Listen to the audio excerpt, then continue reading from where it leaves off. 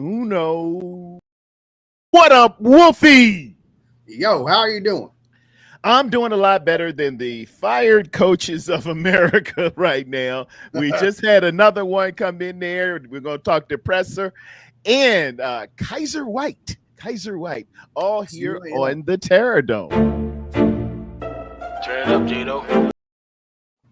And what's up, everybody? It is 1309, 109 here on the East Coast. It is 1/8/2026, January 8th, my son's birthday. Shout out to my son, Isaiah, the big 2-6, which means that we're exactly 30 years apart. So I got one coming soon, right on down there. So happy birthday to you, young man. I like to be the first ones to say happy birthday to family. And I catch him right at midnight, Wolfie. I might wake you up 12:04, and I asked, "Am I the first?" He said, "You the first. You the first." I just like to be first. If you gotta know, be winning. It's just let me be the first. I gotta be first. How you been, Wolfie? It's been a minute. It has been a while, man. I've been good. A lot. Just busy season, man. Busy times, rough times, stuff like that, but hey, football's great right now. 49ers in the playoffs, couldn't get better than that, to be honest with you, especially considering everything, right? We kind of limped into it. I was talking to my wife about it, that loss to Seattle. I said, it's like you got tickets to the game. If we would have beaten the Seahawks, we would have been in the skybox. But we're down sitting around, the 230s. we're gonna be in the game, but we got tickets. I'm around the plain folks in the skybox. You might have ran by Jerry Rice or somebody, and the CEO of this, but you going to watch the game and you got a ticket, so we're in. Gotta get to the gritty, like that's that's all right. Yeah, we're amongst yeah. We got to fight and fight for the armrest a little bit, and when we got to pee, we got to shuffle over in the skybox. You ain't got nothing to worry about. You have your own toilet, sir. Shall I wash that for you? But that first place home field throughout would have just been nice. But it would have been nice. It is what it is. I mean, like, my philosophy on it is like, if this 49ers team can't beat this Eagles team, I'm kind of grateful in the sense that I don't have to go on this false belief throughout the playoffs that this team could actually win the Super Bowl. Like, if this team can actually beat the Eagles, then hey, there's the real belief that this team can win a Super Bowl. You know what I mean? Because that's what the Eagles are. They're Super Bowl contenders. So Super Bowl champions. I'll give them your respect. Yeah, Super Bowl defending champions. Exactly. So they're not going to be no chumps, and I think it's a good test. So that way, hey, if we get knocked out of the wild card round, it's because it tells you that, hey, we're not ready to compete for the Super Bowl, and it doesn't kind of lead us down this false hope kind of type deal. I do like the fact that even if we lose this game, a lot of sophomore players and a lot of rookie players are going to get some playoff experience regardless. Sure. So there's some bonus there, especially this team that is all depth pretty much going on. There's a lot to – if you're a fan of football, if you're just all about the Super Bowl, then yes, it's probably not your year as a 49ers fan. But if you actually enjoy the team and root for its development and things of that nature, this is actually a great thing that the 49ers are currently in, regardless of how it kind of turns out. Yeah. But I look at this game as the Super Bowl for this team, right? Because, like, if this team can beat the Eagles, if this broken down team can beat the Eagles, I'm celebrating. I'm like, oh my God, this is crazy. There's no way. Yeah. That's our Super Bowl is kind of how I look at it. It's like playing with house money in Vegas, man. I doubled up. Oh my God. Oh my God. Can you see me? I didn't know. Just give me another chip. Hey, let it all ride. I don't know. It's house money. Let's see what happens, right? Yeah, exactly. Let me see.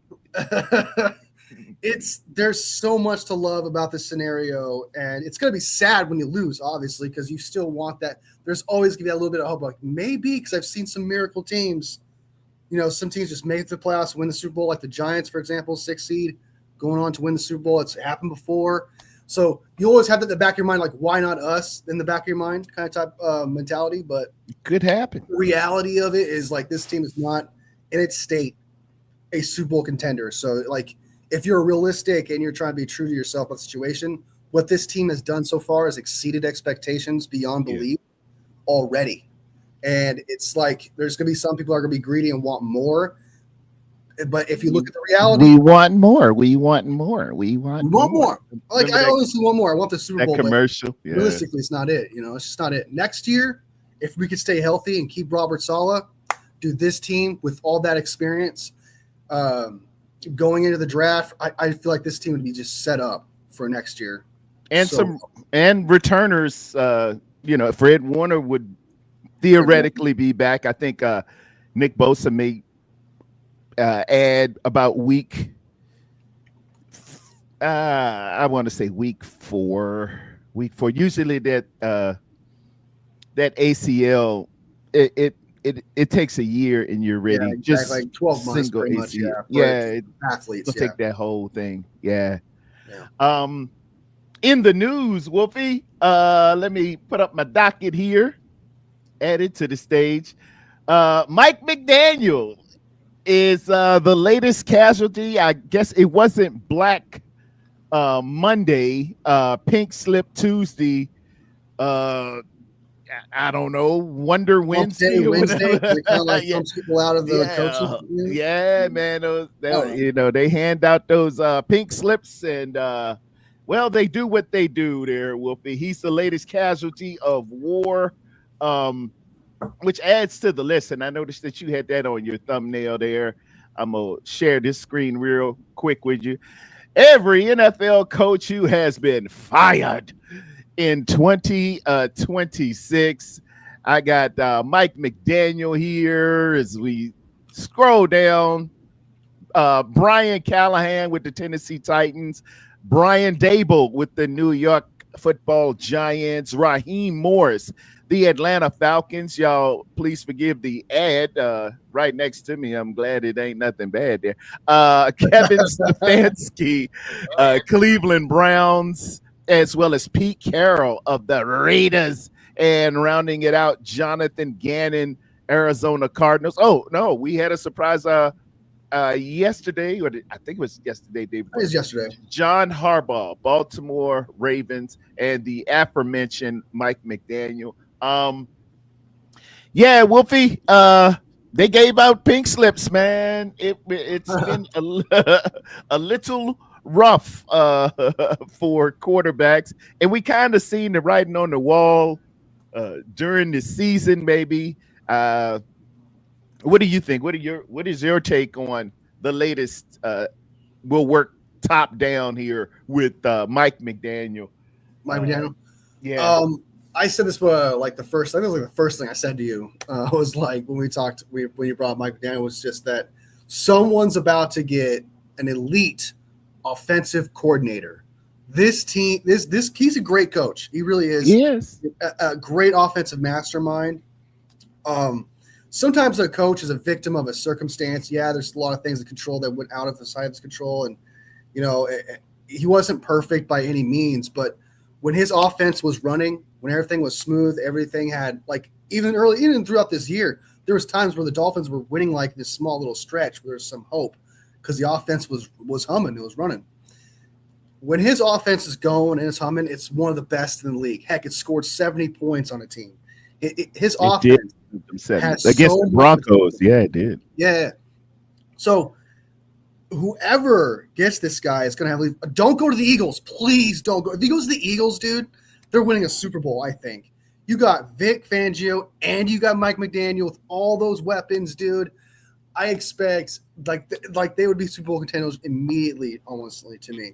They already are one, but like it'd be definitive next year. Like they have practically no holes at that point because their weakness right now for the Eagles is the offensive coordinator. And I think Mike McDaniel's better than Kellen Moore, is that the That's the Eagles OC. former OC went for the Saints? Kellen Moore, right? Yeah, Kellen Moore. Did he come from the Saints or he went to the Saints? He was a Cowboy, Saints, and then I think Eagles. Currently they have and this is on my Because Kellen Moore, my I think list. Kellen Moore has got to be I think he's the offensive. They got Kevin Patullo as their offensive coordinator currently. Yeah, but then Kellen Moore was was the one they won the Super Bowl with, right?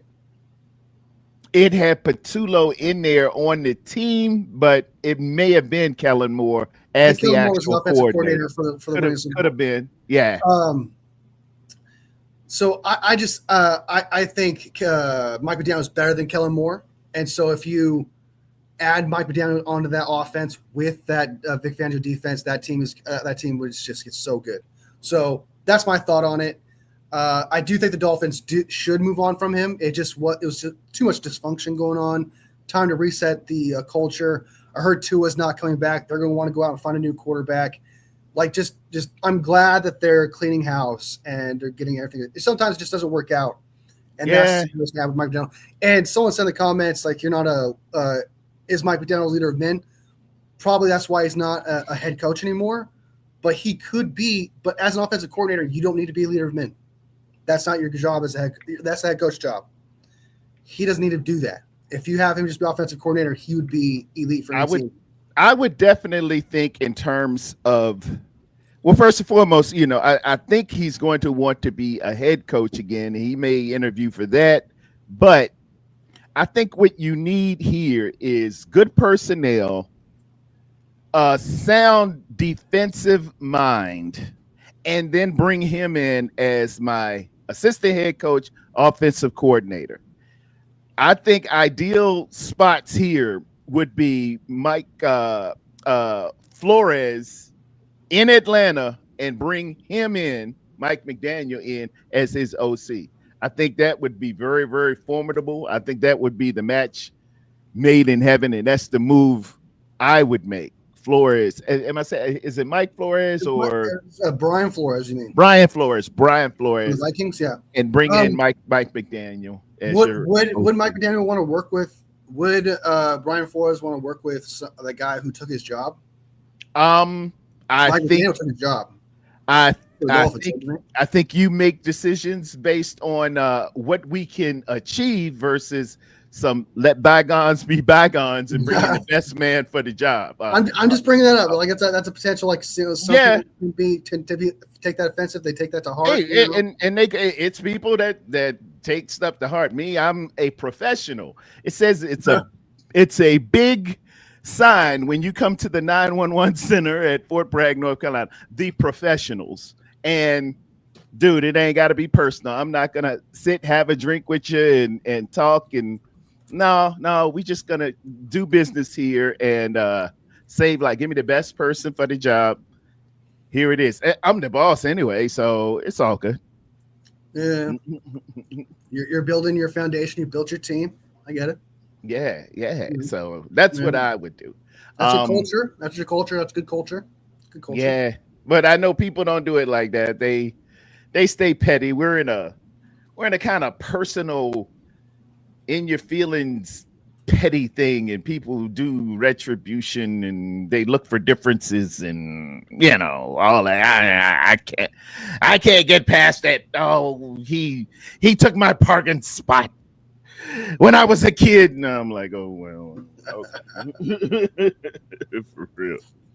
And I'm sensitive to you as well, people out there who do that. And speaking of people out there who do that, let me shout the chat out as they are coming in here, man. 17 strong. Every time I come on. All that good stuff. Thank you there, Red Jet Shell. We got Colin 960 in the do it. Tanisha's in the building looking all rocking the black jersey with the black fashionista, a fashion plate. Miss Tanisha say good morning, Tarrerdome. Wolfie, a.k.a. Willie, and the Golden Domers. All right, I like it. Wolfie and the Golden Domers. I got you. That's Red Jet saying good morning, nigga. Miss Violet is in the building. Happy birthday to him. Thank you, Miss Violet. He logs on with my grandson sometime, and they just sitting there kicking it in the cold. Shout out to Nicole, his beautiful wife. She shows me screenshots when she's on, and when I'm on and she is watching me. That's so dope. My grandson's gonna be a little crazy. David Corona in the building. What's up, everyone? Let's go 49ers. Big Brick 84. Good morning, Tarrerdome. Wolfie and the faithful in the chat. Big Brick is in the building, ladies and gentlemen. Bebop Jones. Bebop Jones. That sounds like the toughest dude in the neighborhood. Oh, you got to go see Bebop Jones. Oh, I'm going to need a pistol. My lovely wife. Hi, Tara. We just celebrated 19 years of marriage on January. Congratulations. Shout out to you, Miss T.I. I don't know how you stayed with me, but you did. And hey, it's all good and getting better. I'm a troll silly. All right. Hey, man, it's good. Self-awareness is the best thing. He says, I'm rooting for Ole Miss. There it is. You are a troll. My thought exactly. It's all about you. Keeping the faith is in the building. Hey, good to see you. Keeping the faith. Salute to you with the salute emoji. I love that salute. I love respect and things like that. It's all good. Cousin Ellison Burley is the Regal Eagle podcast on the fired coaching list. They do call themselves the offensive and defensive coordinators. We gonna have to see. I would love to add them to come after Sunday. That'd be real nice. I'll let you know at 8:00 Sunday. Rod Kelly in there. Let's see. Kylie Young in there. I'm sorry. David Corona. That one 49er fan. That one 49er fan.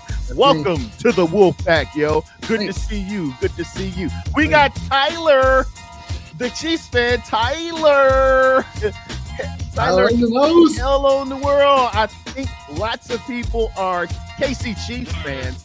Say that bringing in Mike McDaniel as OC. Oh my God, for Kansas City Chiefs. Oh, well, you know that'd be we need to temper those expectations. We don't need that. Yeah, it's something. Millions got problems. Need. Yeah, y'all all right. That'll be in the building. I like the live. Well, thank you. Appreciate you. Said, I'm sorry I'm late. Now, B, you never late. You always right on time. I'm fading the music on out. Fade. Go Kings, not Ducks. Go Kings. What are you talking about? Crazy Juice? Who the Mighty Ducks? You think Ducks? Oregon Ducks. Everybody likes to be the Ducks. Or he's talking about the Oregon Ducks. Okay. Yeah, Oregon. They're playing Indiana. They're going to be playing Indiana. We're playing Ole Miss, and I guess the number one pick. Okay. Somebody. Yeah. That's what they're saying. He's going to go to the Raiders. The Raiders.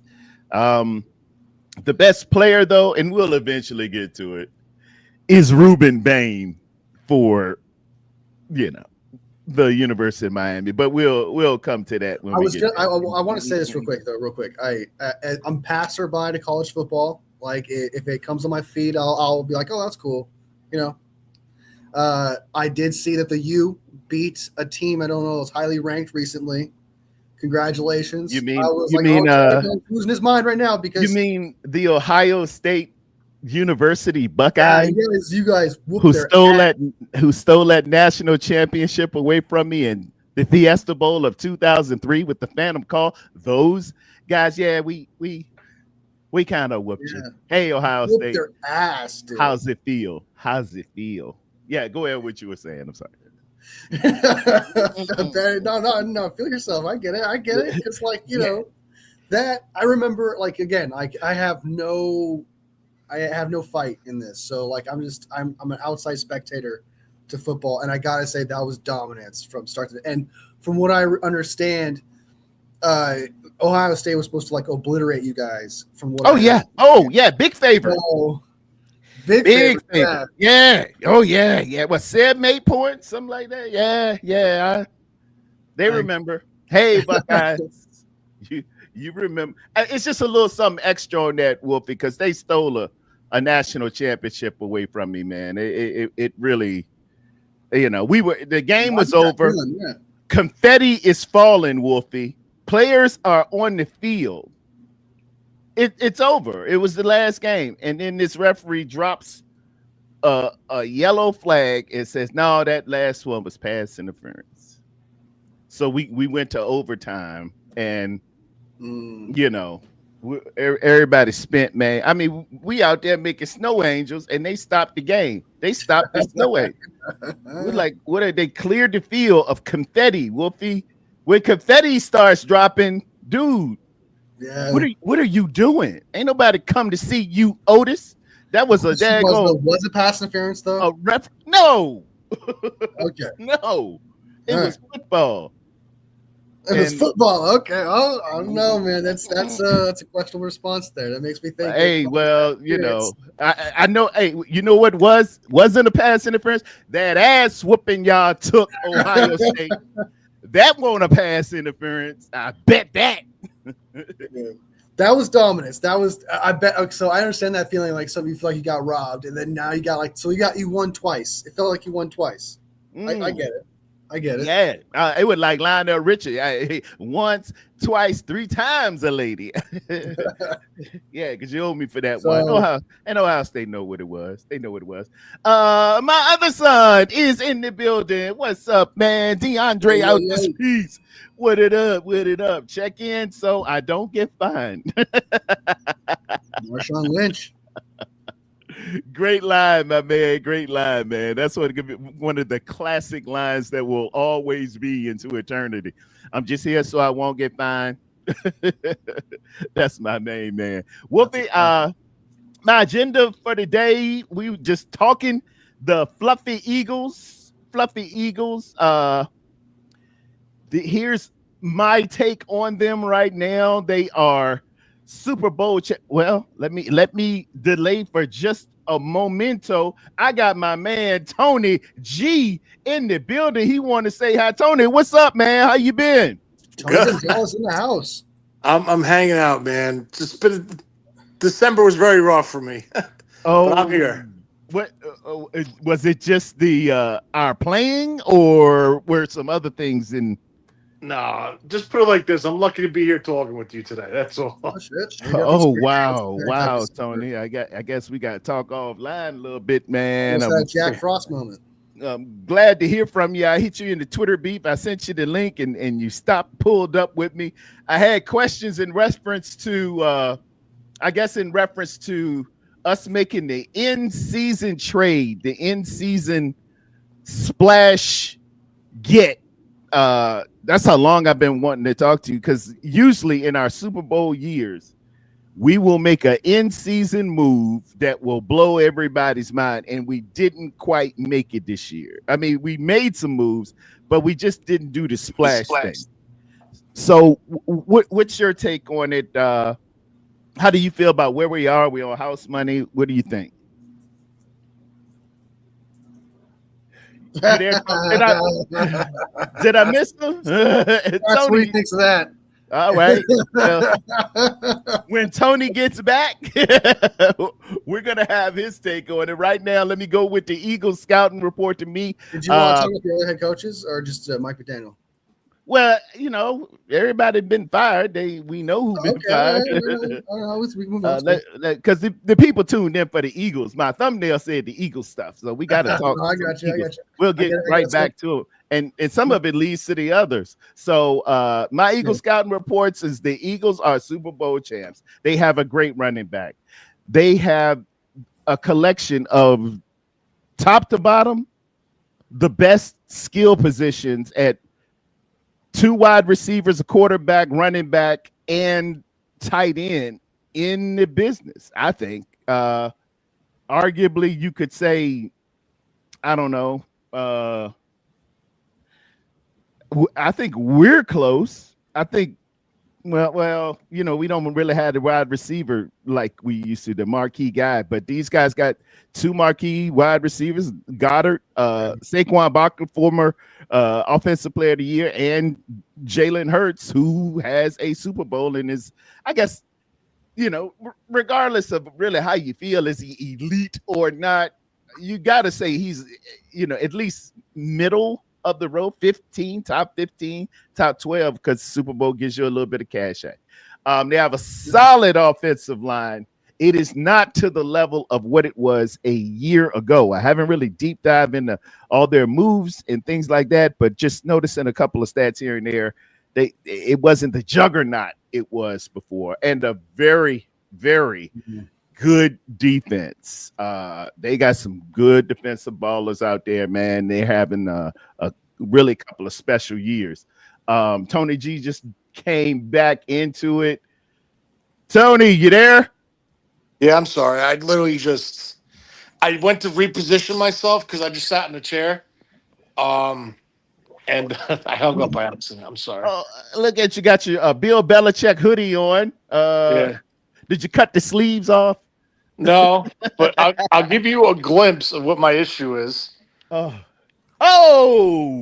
Damn. Oh, Alex Smith style. Damn. He is on the 49er injury list. He is out. You on IR out that thing, man. What happened? I'm lucky to be here, and I'm lucky to have my leg. That's all I'm saying. Wow. I got into a really bad car accident coming home from work. Oh, Tony. One morning, and I'm just lucky to be here. That's all I'm saying. You didn't get that from kicking people in the balls? No, I wish I did. But you got ball kicking knee. What's the prognosis, or what's the diagnosis? Is it a break, a tear? I have a hairline fracture to my tibia, and I'm 75% torn on my patella. God damn. That's brutal. Surgery? I'm trying to get out of it, but it doesn't look like I can. Why are you trying to get out of it, man? That's crazy. Never like people cutting on you. Yeah. Yeah, but it's just temporary, man. It's just a mindset. Just like it's temporary. It's just go somewhere else for like 48 hours and you're good, man. I just don't want to be stuck home because I'm going nuts already. I've been home since December 7th. And obviously I was a lot in worse shape than what I am now, but I hate sitting on the couch. I hate being unable to do anything. Today was the first time I drove. Do you smoke reefer? No. That would help, bro. I know it would, but I don't want to become like this massive pothead. I get it. Yeah, that'll help a little too much. But like, okay, all right. I know a thing or two about it. So if you need help, I got you. Hey, Wolfie. Tony's a cop. It's legal. It's legal where I'm at. So it's all good. Okay, I'm just saying. In case you didn't know. Tony, man, why didn't we make the big in-season splash, man? I think it's a combination of a couple things. I think they had a plan in place to reset their books financially. And I think that at the point in time at the trade deadline, there was a lot of uncertainty at certain positions. Yeah. But the team was still playing good. I just don't know if they felt, one, it would continue, or two, the cost it would take to get somebody, especially like, for example, let's say Trey Hendrickson, who, thank God they did not pull the trigger because he's out for the year. But it would have shocked me because he probably would have been out for the year for us too. So. Yeah, the way we heard people, So, but at the time, this is just felt like bad. No brainer Right. to me. We got to get that pass rusher because you were missing Nick Bosa, and we ended up just with 18 sacks for the year. Man, Myles Garrett got more sacks than our whole team, man. That's pretty sad. Yeah. Yeah. But it's a bunch of things, right? Clearly their plan was in place to rebuild this defense. Go young, surround the core with up-and-coming players that should be developed. Well, that went out the window. Warner went down, Bosa went down. So now you're just like, okay, what do we do? We're in the first round of the playoffs, wild card round, and we have two linebackers that are probably going to, three linebackers that are probably going to start that weren't even on the On the roster roster. Yeah. up until 4 weeks ago. Kaiser White and Eric Hendricks. Yeah, that's crazy. And I got to be honest with you. I really got to be honest with you. I love them two guys, and I think those two guys are going to improve our run game and just say, screw it, guys, play downhill. See ball, get ball. That's it. Okay. Okay, I ain't mad at that. I ain't mad Like at that. your back's That was against the all wall. really You have no other options.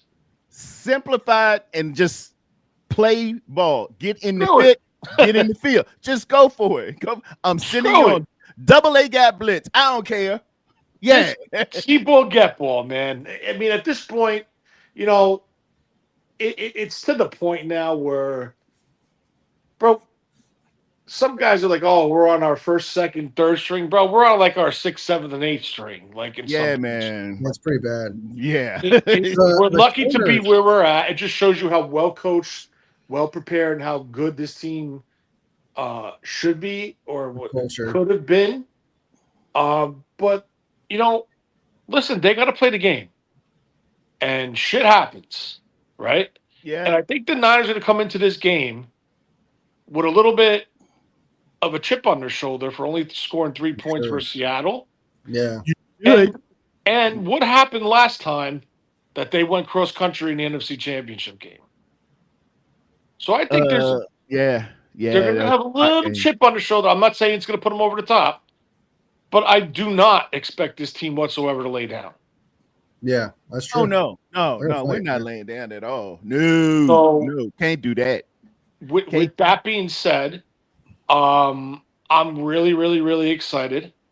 I think the major issues are, of course, Ricky Pearsall, who's just the biggest question mark on this team, and unfortunately, Trent Williams. And I think if Trent Williams was there, I think if Ricky Pearsall was healthy, I think it just would have given them that better opportunity to shock the world and beat this team. Really, their offense would really fire if they can get those two players back for sure. That's kind of how I feel about Ricky Pearsall. Like, I understand he's got that PCL issue, but if he can just run, like if I'm Ricky and we have this opportunity in the playoffs to beat the Eagles and stuff like that, I don't know how bad his PCL injury actually is, but if I'm him, I'm doing everything I can to get on that field to help this team win, regardless That's of my. why I'm out on Ricky P, man. I told y'all about them University of Florida boys, man. And he's fantastic on the field, but he's just injury prone. He's injury prone right now. I agree, Wolfie. I agree 100%. He's a talented receiver. He's got that shiftiness to get open. He's got good hands. He can run the route tree and look good and fast and all that good stuff. He's a convertible Saab. He's got 1989 convertible Saab that looked excellent. It was the sweetest vehicle you could get. That convertible Saab, a Married to the Mob. It was dope. That thing stayed broke 9 months out the year. That's crazy. It did, and never would start when you needed it to start at the moment you needed it to start. Everybody who had a convertible Saab, trust and believe, they know what I'm talking about. I didn't know it was going to be injured. Good. Let's be honest. It is wonderful. He came in here wearing that damn blue jersey. Yeah, but that was like the first time he got injured, I think. Yeah, that was the first time. Yeah, that was the first. Like, and then he got shot, and then he got a little banged up there, and then that's where injury prone started, though. That man, like convertible Saab. Injury prone started, like. But you can't deny Tarrerdome. He's fantastic on the field, though. Yeah, that Saab looked good. Like he's totally worth that. Like he's. All y'all have seen the movie Paid in Full when Ace rides out in that Saab. It looked good. It did. Obviously, the 49ers wouldn't have drafted Ricky Pearsall if they knew that he was going to be injury prone. I wouldn't have known that. But he's totally worth, like, he's a first round talent. Like, he's playing really well. He is. But it's just that thing if they could see that coming. Like, if I knew he was going to get shot and like he was going to have this track record of being injured, probably wouldn't have drafted him at this point. But also, how much is it the 49ers curse as well? Like if you're into curses and shit, like this is definitely your year to believe in it. Like everyone's getting injured, and if you already got an injury-prone player on an injury-prone team, it's a mixture for disaster. I seen Coach Yak put something out on Twitter. It is Santa Clara's stadium is next to a substation. Let's not do this. It's within the vicinity of a substation of electricity, and I mean at this point. Nothing's beyond the pale, bro. Let's not do this. Nothing's beyond the pale. Is the substation getting you? Maybe. I don't know. They put some damn steel walls up. Block that shit. You got to do something. Mirrors, reflected gamma ray. I don't know, but it's something going on at that facility. Or I heard sacred burial ground. For I would Indian take that. tribe. I'd rather take that instead. Sacred burial ground. I'd rather let's do that one. Let's do that one. Maybe that's it. Some of the people getting this. Tanisha said Ricky P is glass. He's made of glass. He's like a twig easily broken. Hey Wolfie, we talked about that. Remember LMAO? Ellison said, "Don't let him laugh out loud. That ain't gonna cut it." Kylie Young, he said something good. Kylie Young is my main man. He from Ohio, and you know, I had to put it on those Ohio, but that's my man. That's my partner. Kylie. So Tony, so Tarrerdome, so we all agree with this conversation about Ricky Pearsall until he breaks the injury-prone situation. We all agree that for once, a wide receiver with the first-round pick makes sense. Like that, it's like, okay, you gotta do it. Here we go. Get it. Now we're talking wide receivers, and now I've been holding this in for a very long time with this. Let it off, man. Get it off your chest. And I'm just telling you now. People talk shit about me, but I don't care. Brandon Ayuk is a disgrace. Oh, okay. If he was healthy, I say I don't care. If he's healthy.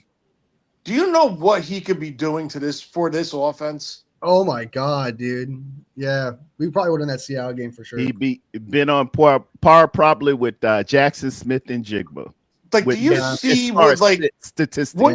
This team is missing that type of wide receiver? Yes, sir. They tried it with Ricky Pearsall. Ricky Pearsall is that person, but like we just talked about, can't stay on the field. Major issue. Yeah. Right. So I'm going to take this back to last year, where he held out, did his temper tantrum. He wanted X, Y, and Z. The 49ers didn't want to do it. It finally came to the point where they said, all right, we have to give him the X, Y, and Z to get him back. Yep. The Niners fulfilled their end of his request. And do you know what he just did to the Niners? Came out in the wrong shorts. Yeah. Yeah. Okay. Let me tell you something. I think this team is in a very tough spot right now. I think there's some talented wide receivers on the free agent market this year. And unfortunately, because of their past practice with that individual and how it blew up in their face, they went against their beliefs on structuring contracts and giving money like that to wide receivers. It blew up in their face. I think this team is a little bit gun-shy now when it's going to come to free agency. And I think it sucks. Because they desperately need that other piece. They need that other type of wide receiver that could create, that's a route runner, that is a go-to guy. Like, listen, Jennings is the go-to guy right now as the receiver, out of the receiver group. He's playing. And that's why JJ, he went to practice that first week, saw what was on the horizon, saw, hey, they're going to need me pretty much. That's why he strategically tried to plan. It didn't work, but he tried to hold out for a little money. He said, because I see what you got out there. I know I'm the guy y'all gonna be coming to. And but Tarrerdome, you see the difference though? Yeah. He held out. He fought for what he wanted. Okay. He gambled on himself because guess what? He hit all of his incentives. That's my dude. The calculator, count on him. But okay. I just see from his standpoint why he looked at the horizon, seen what we had out there, seen the rookies that I still ain't seen Jordan Watkins and cowing and whatever it is. He was in that receiver room. He knew, dang it, they gonna need me out here. He was like Jennifer Holiday, and you, and you, and you're gonna love me.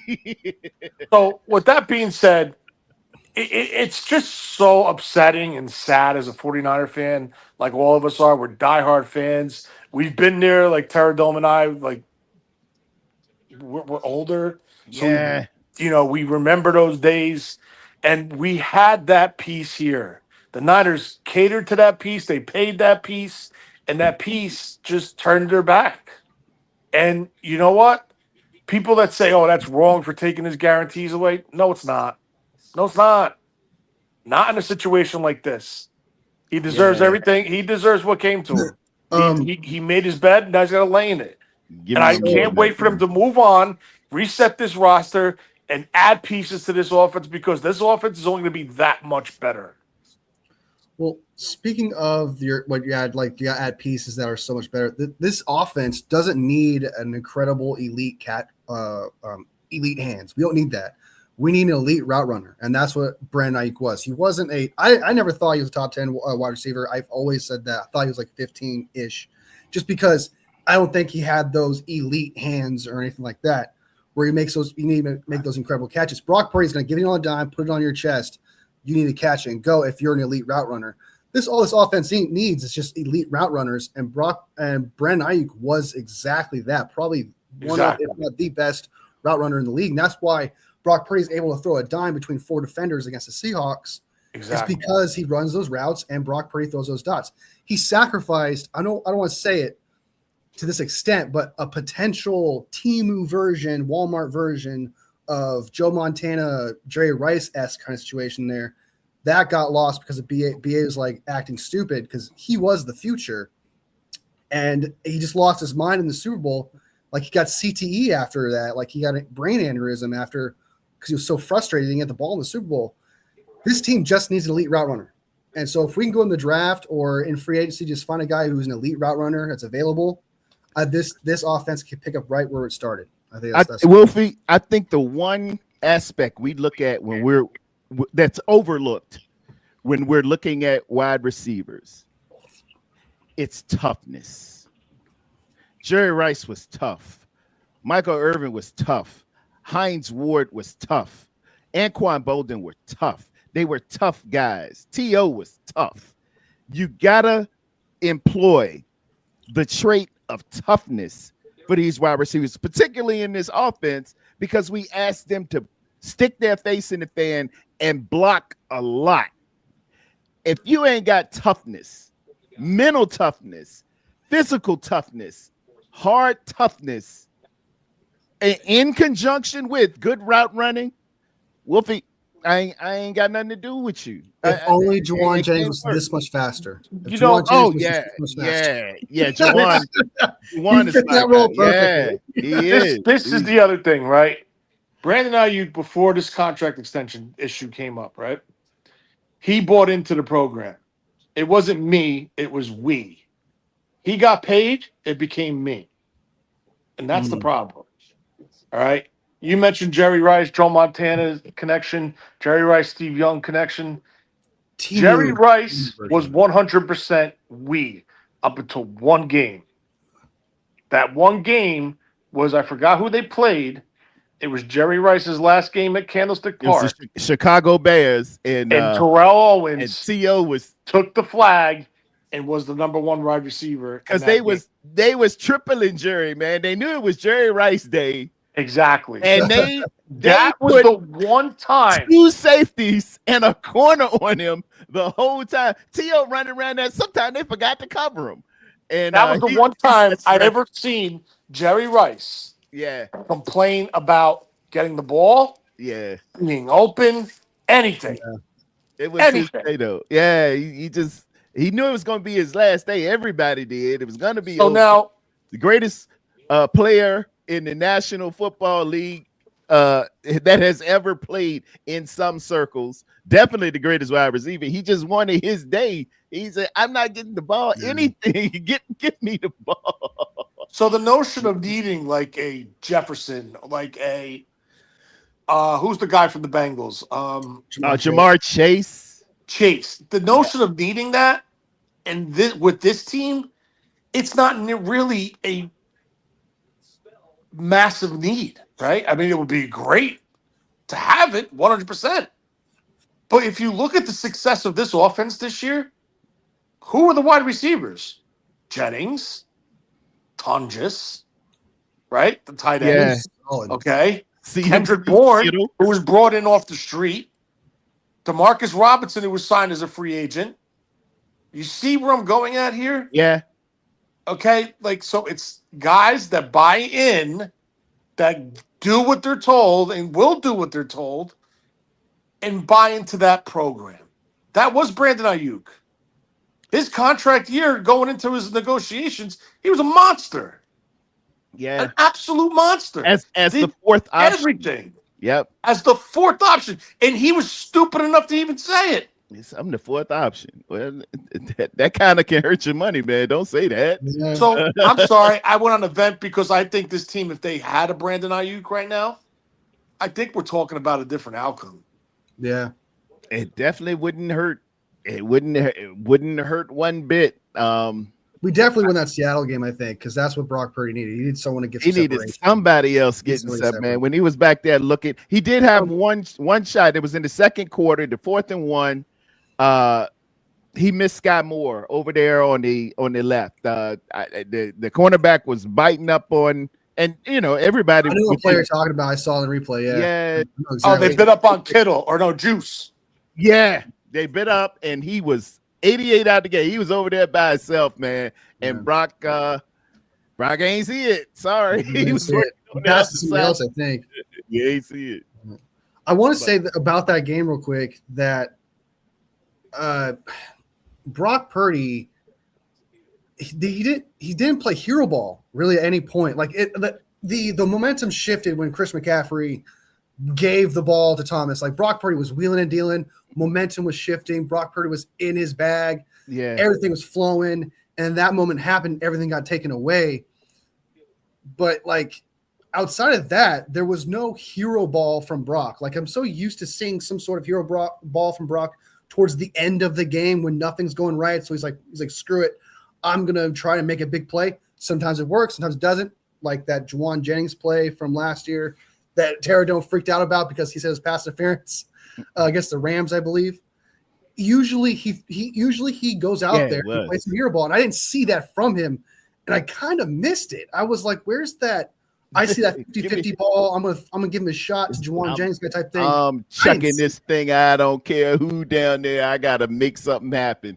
I kind of missed that. Like I was like, where is that? I understand like you got nothing to lose at this point. You're down 13-3, and at no point did I see that 50-50 ball to any player, give it a shot kind of type deal. I don't know if it's because he couldn't see, like, okay, maybe this back shoulder is not going to work here and stuff like that, so he couldn't work with anything, and the defense was just that perfect. But usually Brock, is like, okay, let me give it a Seattle, shot. I got to admit, man, Seattle had a hell of a game plan. They should have said to themselves, CMC and Kittle will not beat us. I don't care. You can throw it to that wide open Sky Moore, but I'm watching Kittle. Yeah. I'm not off of George Kittle. I'm not. What was your guys' thoughts on that game? We missed a tremendous opportunity. When Ricky P called that thing, man, 2 hours before game, Tony, you ain't want to hear me, man. My convertible side wouldn't start.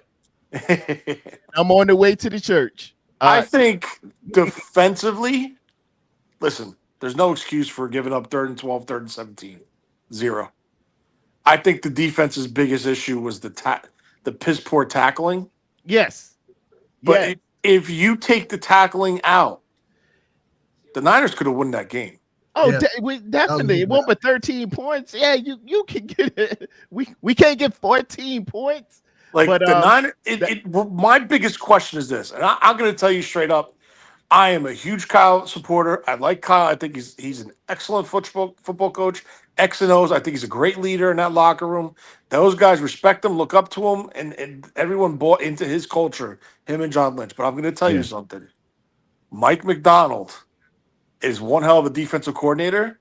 That defense is one hell of a defense. Probably one of the top 3 defenses that I've ever seen play. And I'm 45 years old. It's the dark side. It's the dark side. That defense is so well coached. They were good last year, but Eman Uri they didn't know how to keep him on the field with the other safeties, and they figured it out. They went big versatile. Versatile. Yeah. And I'm telling you right now, I love that look with the big nickel and the versatility of Eman Uri. Yeah, I think that makes your defense elite, having that type of athlete that could double down as a backer as well as play corner or safety. So you know who he is, Tony? Who? He's a bigger Upton Stout. Yeah, they play the same way. He's a bigger Upton Stout, and that is trouble.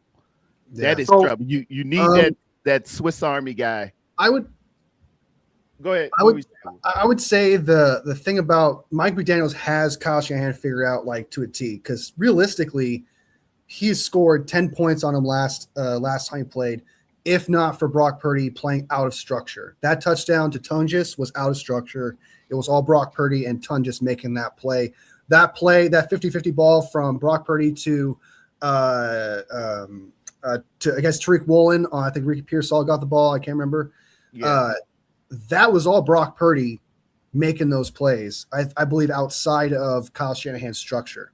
So, like, Mike McDaniel has Kyle Shanahan figured out, like, to a T, and Kyle Shanahan is struggling to actually adjust to new style defense. He got insider information. Hey, have we considered this too? Kubiak on that side. Quarterback over there who used to be in Kyle's system.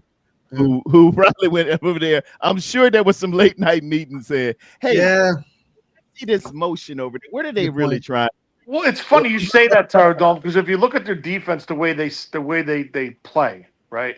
They cover space in the second and third level, right? Very rare are they like locked up man on one, going across the formation, going across the field on an over route. They're sitting, right? So how do you stop Kyle Shanahan's defense?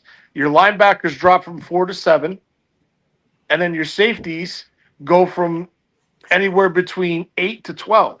So you're taking those zones, those windows from the middle of the field. And Wolfie, you made a key point, right? You said that last game, it was all Brock making that throw to Tungus. And who was the other guy? Tariq Woolen. Yeah. Who's the other wide receiver you said? Pearsall, I believe. There you go. So you see the difference? Yeah, when Pearsall calls out with 2 hours left, which you can't even do at my job, when he says, I'm not playing 2 hours before, you can't. Your job's a little more important than his. I'm not going to lie to you. You can't tell me that Kyle Shanahan, the plan all week was to open some spaces for a space running route running wide receiver. When he came to them and said, I can't go today. It's like I wrote all those plans for this, and okay. And you know Kyle can't play jazz, man. He gotta have the sheet music. Yeah. And you done took you done knocked his sheet music off the piano. And you asking him, "Hey man, rip off My Fair Lady." He said, "Whoa." Yeah, that's a good analogy there. And I want to play off what Tony G said about the defense. He's like, the defense had embarrassing moments. Like third and 17, I lost my mind. Not picking up that fumble, Gross Matos, not getting that fumble. Oh, that was huge. Oh, that was huge. Another third and 9. You can see John Lynch. John Lynch. Man, he was like on a draw on a 3rd and 17. That's a F off play. Even they've given up. But Tarrerdome, that fumble recovery, it's 1st and 10 inside their 30-yard line. Yeah, that's massive. momentum shift 110%. Yeah, that was. You're talking the crowd gets involved. Shanahan gets into his groove then. And you know what happens when he starts pacing that sideline when he's in a rhythm. So, yeah, for sure. So, you know what I'm saying? Like, clearly Shanahan was not himself. You saw It it. was good. I could sum it all up in 2 words. The whole night, missed opportunity. So 100%. many opportunities to Just change momentum. Yeah. Opportunities. Every time it got dangled in front of you so many times. Like, okay, this is the fumble right here. Oh, it's the 3rd and 17. Oh, it's the touchdown right here. Then Brock CMC dumps it away. It's like there's so many opportunities. But I want to say this, that you are right. The defense does deserve credit for how dismantled it is to only allow 13 points, to bend and not break, and to live to that philosophy. I think they did a fantastic job.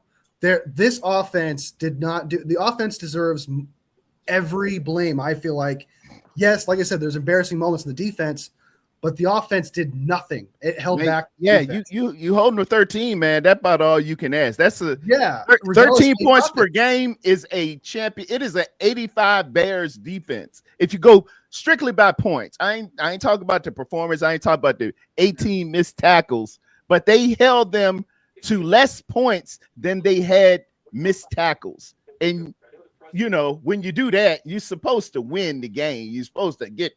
I know I could find 14 points somewhere. It's in the ashtray or something, but I can't find. You don't have 2 plays that gets you 2 touchdowns somewhere in the bag. That's all you need. Like somewhere, on. You know. Well, you had one. You had wide open more, right? And then you missed Sky, and then you know the double tip ball to CMC. That could have you know that was a 1st and goal from the 6.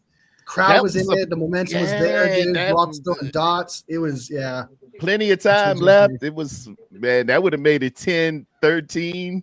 And, you know, we're having a great time. Momentum is fickle. It's like a hooker.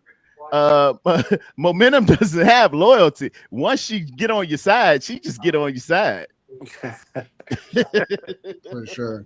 And that's the thing, like this defense was like, the potential is there. If this defense was just that much better, just that little bit much better, we probably would have got that fumble, stopped that 3rd and 17, and all the momentum like would have been shifted completely, and we probably have a better chance of actually winning that game. It's just so sad to see all those opportunities slip, and to see how good the defense actually held that team to 13 points. Like, it's just, and it just eats at you. Like, it's just kind of like so many opportunities, like Tarrerdome said.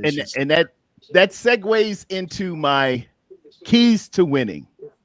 Ladies and gentlemen, when you are running a marathon, or you're running a race, or you're at a good golf shot, a pivotal moment at a golf shot, when you see the finish line, when you're at the end, it is so important to fundamentally get your stuff right. When you're very, very fatigued and you're at the end, that is the time when you work your fundamentals to absolute perfection. It's easy to do it when you're just starting off, but when you're tired as I don't know what, you gotta be fundamentally strong with the pumping of your arms, with the stride, with your heel strike, and everything else. You got to fundamentally think about it.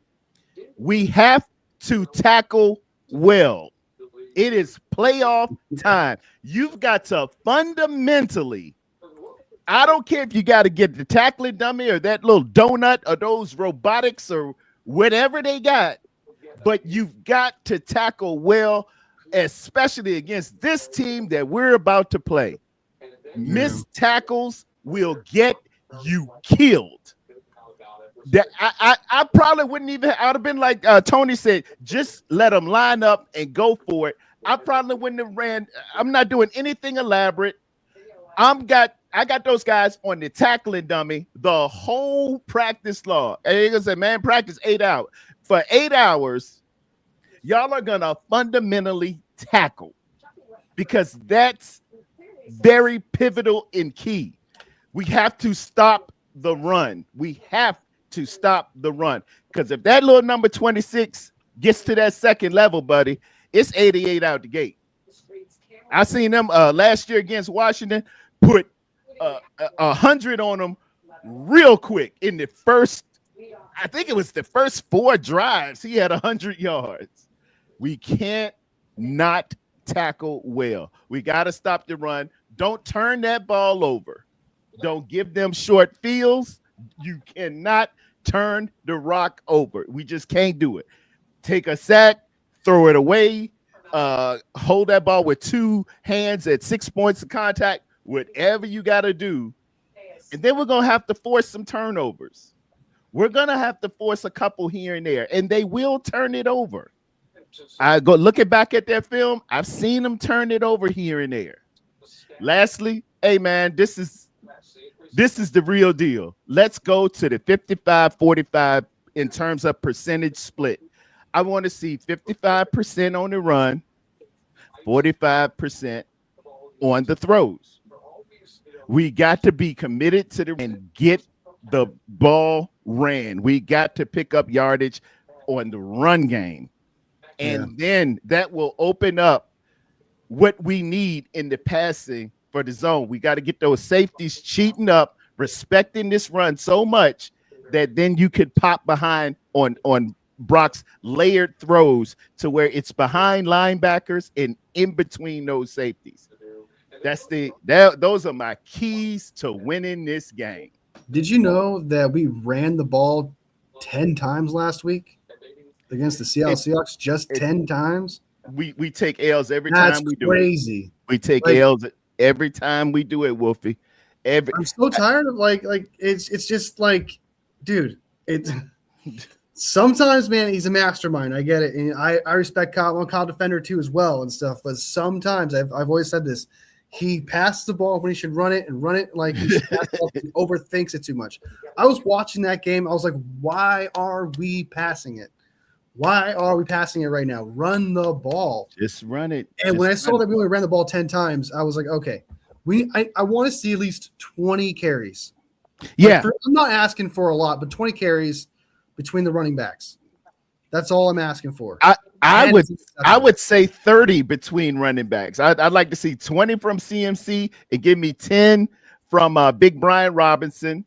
And that doesn't stop CMC's touches. He can get touches on very high percentage shoots, Texas routes, or swing routes. He's going to get 8 more touches that way. That's fine. But you got to run that rock. We've got to see the Shanahan offense operate at its meaningfulness, at its essence. Everything was predicated off the run. When you get away from that, man, I promise you, if you look at all the games that we lost, I know we threw that ball way more than we ran it. I bet 80% of them. I bet 80% of the losses, we did that. I guarantee it. I guarantee 80% of your losses. Not that 5 touchdown game more. Brock Purdy, though. Look back, we can you can win like that. You can, but 80% of the losses, maybe even more. I'd say 90% of the losses we've ever taken, I bet we threw it more than we ran it. I bet we did. Juan made a good point here. There was in that game, we passed the ball on 4th and 1. It was, I think, and it obviously was a turnover. Why aren't we doing the foolproof QB sneak of Brock Purdy there? Where was on that 4th and 1? There's no way now they would have got that. The way they were aligned, no way. But it's been flawless. It's been flawless. Did you see how they were aligned? I would have done it anyway. I don't care. If that didn't work, the passing didn't work. At least run the ball in the outside zone then or something. QB sneak it. They had 5 down linemen from the C gap to C gap. That's like they were waiting on it. They knew it was coming. So they were man, Mike McDonald. Hey man, He did his Everyone homework. sees a QB sneak when it comes in. They just QB sneak that shit. Okay. When I see that shit fail, then I'll be like, all right, it failed. I'm like, okay, then let's not go in our bag. You want to say that C gap was stacked, whatever, but I'm still doing it. I'm still like, I want to see it fail before I do that, man. Like, because you're doing an outside pass in that situation, because obviously you say the C gap's covered. Well, obviously the outside short passes were covered too as well. So it's whatever it is, that formation is absolutely perfect then on 4th and 1. It just comes straight down to how well prepared that defense is and how well coached they are. They're good. There's no ifs, ands, or buts about it. They're stacked across the front, the middle, the secondary. And now listen to this. The Niners take pride in building their defense from the front back. Seattle takes pride from building it from the back forward. Yeah. But you could argue that their defensive line is better than their secondary. That's scary. That's really scary. That's scary. So, Yeah. listen, this game's going to come down to this, okay? And I'm not going to go deep into this, but there's a ton of pressure on the Philadelphia Eagles. And the sad thing is, 3/4 of the pressure is coming from their fan base. Oh, yeah. They mean the fans than the 49ers. So, with that being said, because if you look at NFL Network, they're split 5-5 on who's going to win this game. I saw that. Yeah. If you look at this game, the pressure's on them. All the Niners need to do is come in loose with a chip on their shoulder and play their game. That makes the Niners a very dangerous team with that mindset. But they also have to execute. You got to execute. You got to come in there with the right energy. You got to come in there efficient, and you got to come with execution.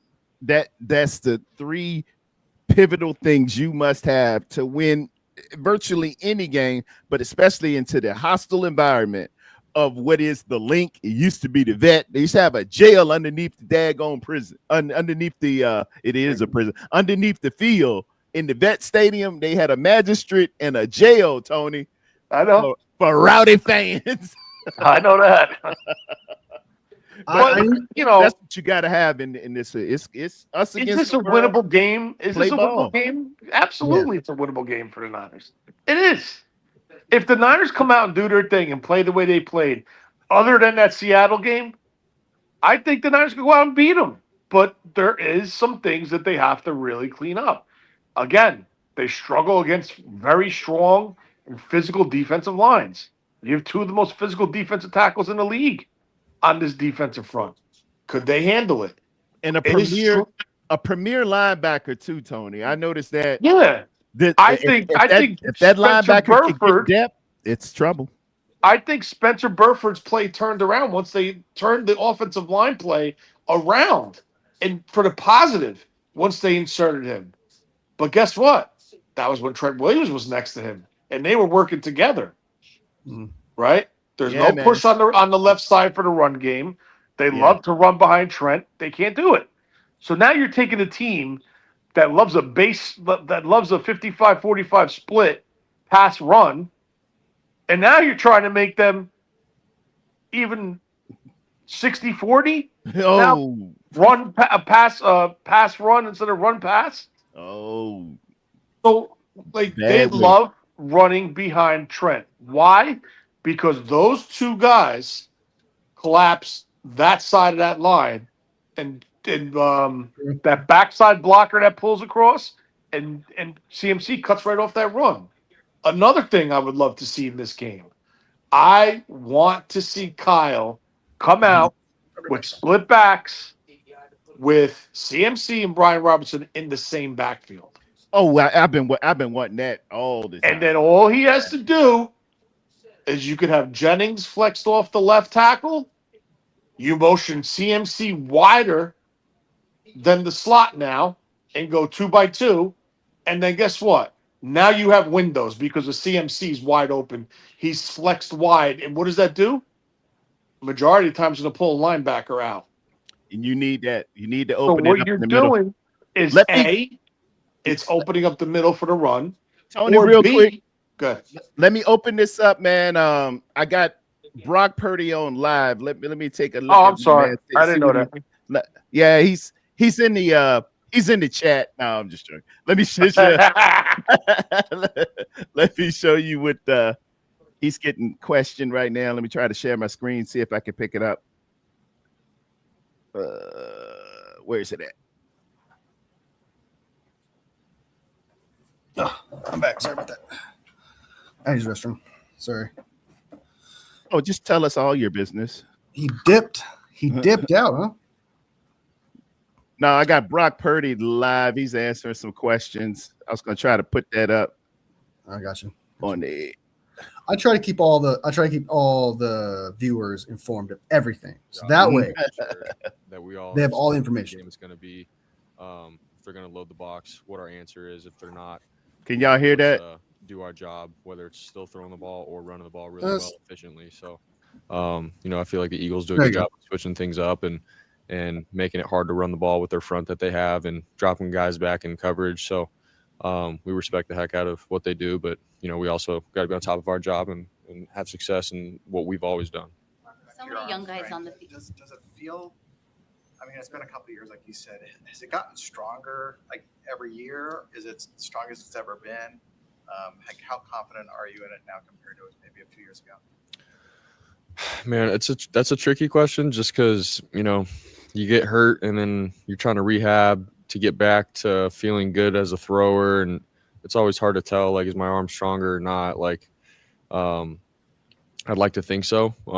But, for me, like where I'm at, that was 3 years ago. So it's tough to, go back and say, all right, my arm is stronger than it was 3 years ago. I honestly, I don't know the answer to that, but I do feel, all I know right now is I feel really good, with the throws that I can make across the field and taking shots downfield, throwing the ball outside the numbers, you name it. Like I feel good with where I'm at. So hopefully that answers your question. But, I feel like all the rehab and all the arm care stuff that we do here has allowed me to be at my best right now. So. I talked about how maybe there was a little frustration after the last game versus Seattle. What is your role in making sure that the mood and the attitude and the offensive players are positive going forward? Yeah, I think, guys have done a good job of just understanding, like, yeah, it sucked what had happened and not capitalizing on a really good opportunity. But, we are in the playoffs and we don't have time to dwell on the negative things. Yes, let's learn from them, but we got to move on and flip the page pretty quickly because we're about to go and our season's on the line now. And so for us to go into a hostile environment, you got to be on top of your stuff. You got to have some energy and momentum as a team to go in and believe that you can do your job at a high level. So that's where we've been at. The guys in the locker room all feel that. There's definitely a sense of urgency, and it's the playoffs, man. So, I feel like you're 0-0, moving forward now. And I feel like it's a good thing for us, just obviously how the season ended, but the regular season. But, guys are excited for this opportunity. With so many young guys on the team with that hostile environment, how much conversation does there have to be just to help them get prepared for that? Yeah, I think, one, we've had guys that have played there, so we understand that. And obviously guys that have been in the NFL that have played in Philly, they get that. But, Kyle's done a good job too of, from the beginning of the week, like showing, all right, this is the environment that we're going to go into and we have to be ready for X, Y, and Z. And so I think for the young guys, they have a good idea, but, you're not going to know until you get there and you feel it. So it's going to come down to execution and big moments and, not allowing the environment to get you out of your zone. You got to be locked in however you can for 4 quarters. So thanks, guys. All right. That was from one Brock Purdy. He said a couple of key things there, Wolfie, that you might have heard from he said something about energy. You must have the right energy. And then he said execution. I think no longer than your intrepid reporter just said those same things just a bit ago. He also broke in, and we kind of got halfway in there. He was saying about how much more better he feels with the rehab, and he feels stronger with his arm. And it's visible, man. You can see it. He's running quicker. He made a really good. It wasn't a first down. It was a 9-yard gain on a scramble against Seattle when we were driving to get that one field goal. He tried to move the sticks on that one, and then I think we stalled a little bit and wound up Ricky not Ricky P, Eddie P. Eddie P hit that one field goal those were the 3 points on that drive. But yeah, I felt good. What'd you take away from his few words? I think about 3-4 minutes on that. From what I gather from that, I mean, it seems like they know what the problem was. They know that what the energy they have to have for it. I trust this team to go into this game with full energy, full intent of being like all or nothing, house money, do everything you possibly can to win this game. Don't play conservative on any level. And that's kind of what I gathered from that press conference as well, is just talking about the energy. And, Red Jet said in the comments that Brock Purdy didn't sound confident. I don't think he sound confident. I think he's focused, right? And he's got to answer some media questions and things of that nature. Brock does not seem like the type of guy who's not confident. He seems more a guy who'd be like excited or, embrace the challenge and things of that nature. He's not the type to. It's kind of what Kyle said also after the game was, "Hey, we're gonna do it the hard way. This is pretty much what we're doing. We're gonna do it the hard way. Let's do it the hard way." Got to go on the road. And I think if Kyle's saying that, I know Brock Purdy has that same kind of type of mentality. What did I learn from this? I mean, I didn't really learn anything. Just something. It's just kind of like confirmation, reaffirming that they're going into this game with the right mindset, and they know what they did wrong, and they're going into this game to fix it. There it is. Will.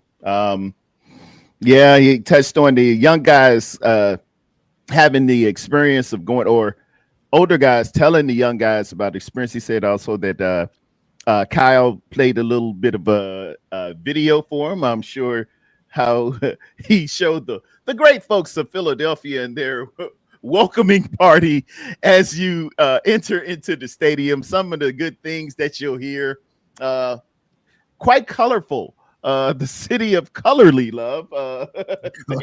They have a few words for you, and they will drop French fries on you with ketchup just to mess up your jersey. They really nasty people, man. They are, And somebody made the comment earlier. She said, "I know a Philadelphia Eagles fan. They really nice people. You got one of the good ones. There are a few of them that are good, but I trust and believe if you really want to experience it wholeheartedly, go on up to the vet. And I don't advise you take your mom or your wife or anything, but they're a rowdy bunch. They're a rowdy bunch. Reporters ask stupid questions, honestly.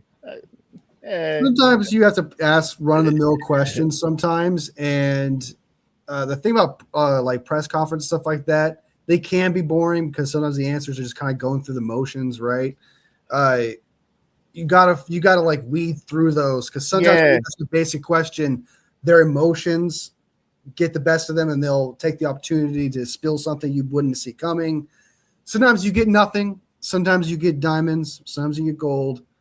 To me, this press conference just felt nothing like it. Like I said, at least it just reaffirms what I thought this team was gonna act in, mentality wise. Yeah, this game. That's pretty much how I got from it. And you can't get out there and melt down. That's when you go viral, when you say some crazy stuff, or you don't want to give the other team bulletin board information. Like, we're gonna whoop their ass. That's not good to say. You just gotta, we learn from it. We're gonna watch film. We're working. It's running. We got to take it one day at a time. For any of y'all that ever saw Bull Durham, listen. Kevin Costner told Nuke, "Hey, look, listen to me. This is how you do it. We got to take them one day at a time. The good Lord willing, we'll have some good opportunities out there. I got to stay focused." It's media training, 101. Never. Hey, Brock, what's the game plan for today? Well, we're going to try to exploit their wide receivers, and we're going to try to do this. He ain't going to get out there and do that. He said, we're going to execute to the best of our airborne ability. Just say the good stuff. I saw a couple people say this, and there's this big Philadelphia TikToker who said this, that the 49ers and the 49ers fans are scared to play the Eagles. They don't want to play the Eagles because they admitted it, because George Kittle said, hey, I'm going for the Cardinals against the Rams so they get the 5th seed so they can play the Panthers, etc. Right? Yeah. It's like, no, man. We, just like anybody else, wants to go into the playoffs with an advantage, wants to go into the playoffs with an easier situation, right? And compete. It's not always about, like, if you're scared to face this guy. This team, if you told me, hey, you're in the wild card round, you have to face the Eagles, then the Seahawks and all that, they're going to embrace it. As a fan, I already told you why I love it, because I want to know, is this team capable of winning the Super Bowl? Best way to find out is the first game in the playoffs. And I don't think you were going to get that with the Panthers, right? So there is a bright side. There is a cup being half full facing a team like the Eagles. But to say that you're scared because you're like, oh, I'd rather have it easier is ridiculous. And so like that take bothered me. It was like, you're just talking shit now, saying stupid shit like that, because like no one's afraid to face the Eagles. And as a fan, I'm not afraid to face it. So, because the 49ers are playing with house money, and I want to see if they can cash in an Eagles W. That would be so satisfying. I forgot Brock did just have a birthday. That was December 27. December 27, Brock turned 26 years old. And let me use this point to say, hey, happy birthday to my son. Isaiah just turned 26 as well. I guess that's why I look at players, I call them young and kids, and, you know, they ran the same age as my son. So hey, it's just right passes when you get older, man. I understand. Yeah, man. You know, they like cheering to you. He just turned 26. Happy birthday, Brock. Yes, sir. That's the that that thing that you used to get at every birthday party thing. When you it spat out and came back. Yeah. I actually don't know what those are called. Little rolling things. Yeah. A noise maker or something, you know, like that. Yeah. The rest of my Eagles repertoire here, I have them. We led the series. San Francisco actually leads the series in playing the Fluffy Eagles 21-15 with one tie. I don't even know when that tie happened. And we've been, for the most part, this is the Kyle Shanahan era since 2017. We've won 3 and lost 2, I believe. We won that one, and lost that one. Yeah, we lost 2, one of which was the infamous Brock Purdy elbow game. But we came back with a vengeance next year. I posted it on Twitter. They said, "Oh, they don't want nothing of this." I said, "Well, the last time we faced them, we came in there and we put belt to A." And then I put that clip with Diamador hitting DeAndre Swift, and hey, it's a lot of Eagles on Twitter. They saw that and said, "Well, we still won this Super Bowl. We still got our Super Bowl." I know, but and I still got this clip. He asked me, "Are we scared?" And I said, "You know, this is how we handled it one time before. Now, yeah, y'all won the Super Bowl, man. Take it easy out there, you know." Let me see what else I got here. The Eagles are ranked 8th overall in PFF rankings. Their offense is 11th. Their defense is pretty good. They're top 10. They're 8th, and their special teams are 17th. Like I said, I did make mention of just looking at their last 4 games. They had Washington made them stumble early with a turnover on special teams. Ladies and gentlemen, the first mock draft of this year, the 49ers picking at number 26. Looks like I would go with Francis Magoa from the U, right tackle, 6'5", 306 pounds. you'll be able to see him tonight if it all goes well. I just wanted to put that in there. I got to be the first one with the mock draft.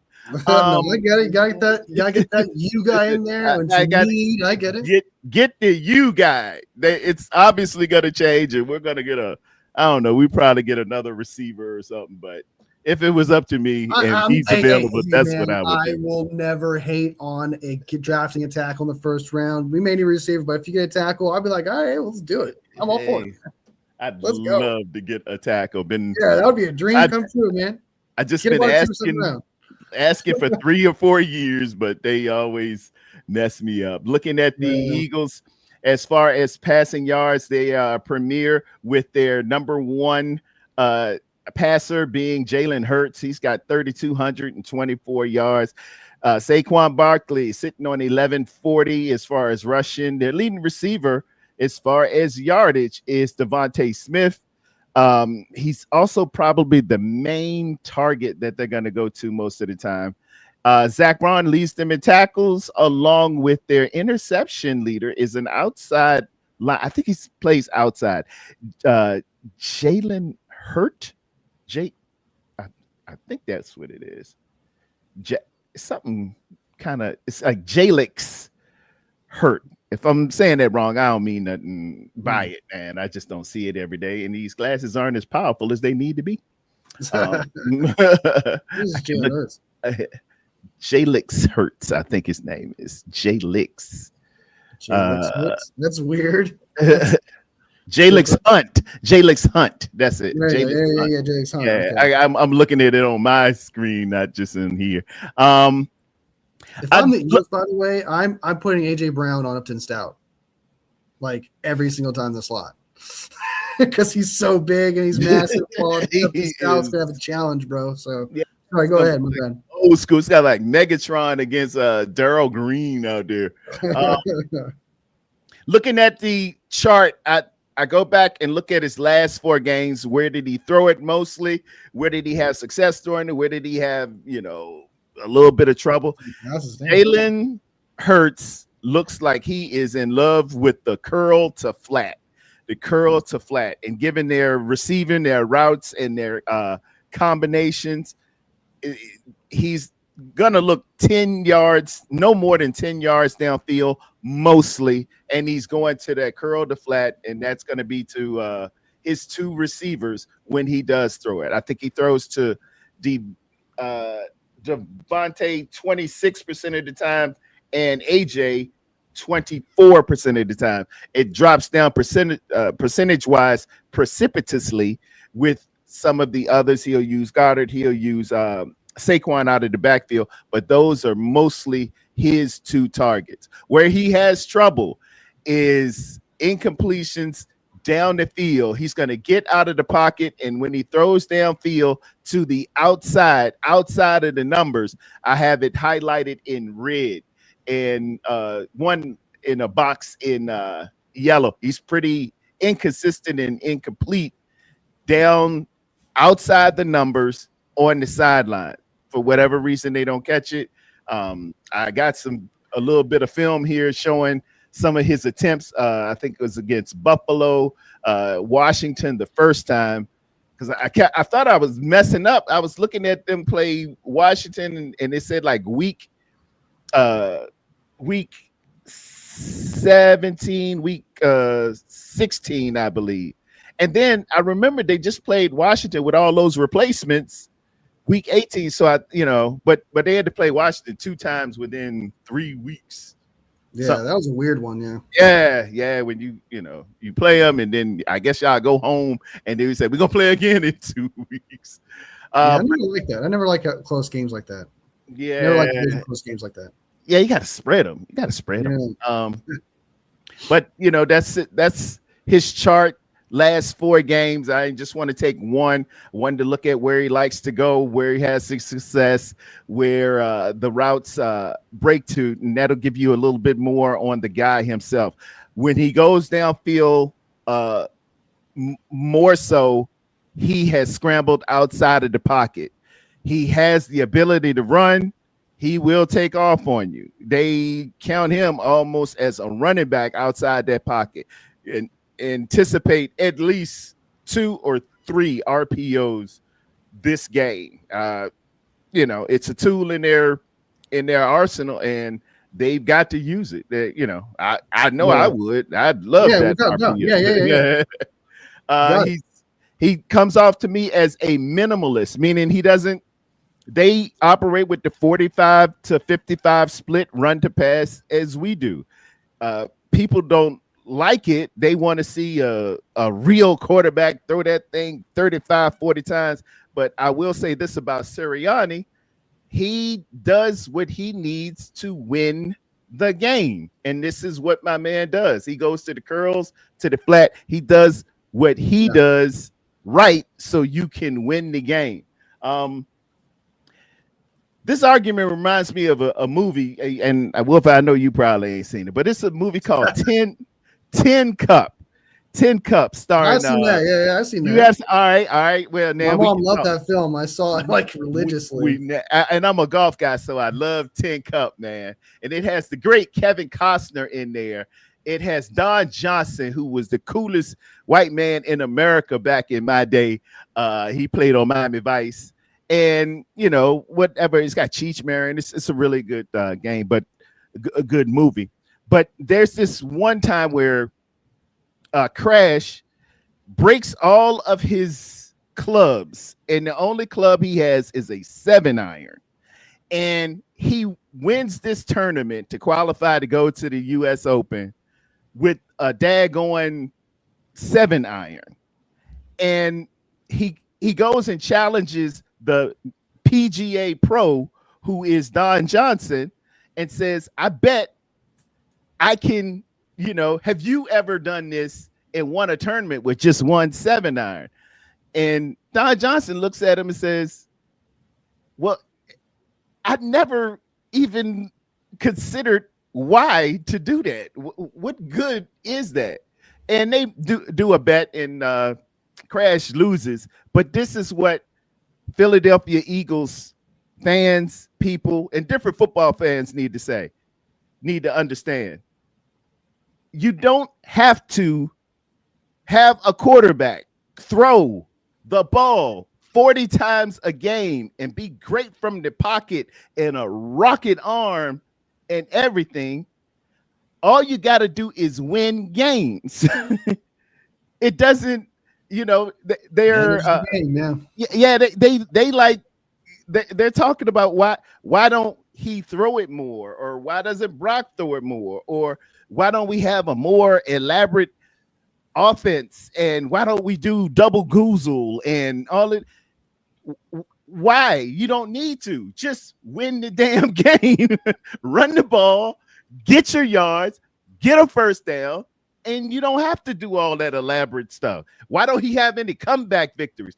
Probably because he was winning and just did everything right, so you don't have to come back. You see what I'm saying? And that reminded me of 10 Cup. He out here challenging people with a 7-iron, and Don Johnson said, well, why would you break all your damn clubs? Don't get into, play stupid games, win stupid prizes. Don't do that. That just classic. Just food for thought. That's all I see. What else I got here? Those are the receivers. That was the percentages breakdown on targets as to attempts. Again, I told you Devontae Smith was 24%. AJ Brown's 26%.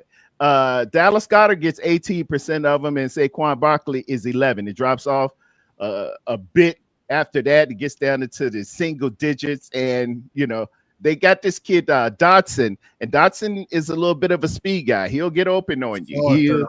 He likes to, he's a little microbite. I really like how they have their team set up. It's a classic setup of big receiver, fast receiver, setup guy, quick guy, great running back, ball guy, quarterback that just does enough to win and keep you out of bad situations, even-tempered.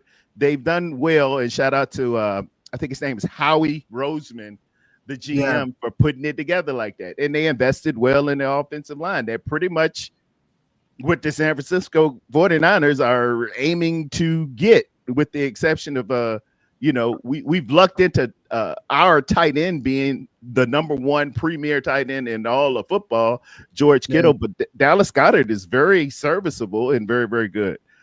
Again, it goes back to my keys to victory. They can be beat, but you're going to have to play out of your mind and fundamentally strong. You have to get in the holes, man. You're going to have to feel, because Saquon Barkley has great vision, and he will start that thing to one side, see that hole over in the back, and go out the back door on you. And if he gets to your second level, don't arm tackle this young man. Them thighs work, and he'll spin off and he'll go on you. You got to be fundamentally strong. If we miss 18 tackles this week, they ain't gonna have no problem making it feel bad up there in Philly. Yeah, it's gonna be brutal. Trust and believe. They are going to, not only are they gonna score on you, they're gonna make sure you know they scored on you, and those fans will as well. So this team, go ahead. This team's gonna need to. It's like the Seattle game where you knew this team was kind of going to lose based on just so many opportunities that were missed. You're going to have opportunities to shift the momentum. I feel like in this game, there's going to be one or two that's going to define the momentum for this team, and the 49ers have to capitalize on it. If I see early on there's 3 missed opportunities in the first half of the game, I'm like, okay, I already know there's too many missed opportunities to keep ourselves in this game. You're like the missed tackles, but we can't have the 3rd and 17 situation happen again. If you got that fumble, you got to fall on it. We have to take advantage of these moments when they're given to us. At least 60-40. You don't need to get all of them, but you need about 60-40. You need to come out positive on those opportunities. Yeah, you need a split. You need a favorable split, we'll call it. Yeah. This is a little something I always – this tells me how good an offensive line is. It is a matrix of yards before contact, YBC, as well as yards after contact. And, those – because they'll come off and say, oh, this guy averages 8 yards a carry. Well, looking back at it, damn, 6 of them was before he was even contact. That says to me, your offensive line is doing his job pretty well. And Saquon Barkley is decent. He's middle of the road compared to he's at 8, which is top 10. But last year, dude, he was number 1 with a bullet. Saquon Barkley, before contact, he had how many yards did he have? 1,400 yards before contact at the end of the year. He had 2,000 all the way, but 1,400 of those bad boys was before he even got touched.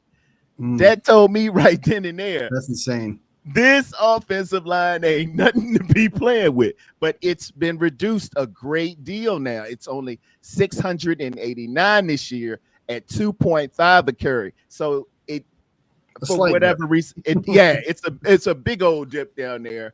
That shows me that the offensive line isn't as prudent as it has been the year before their Super Bowl winning year, and it's reflective in Saquon Barkley's total yards for the year, which is still 1140 ain't nothing to sneeze at, but yet still it ain't 2,000, which is almost he had a chance to break Eric Dickerson record.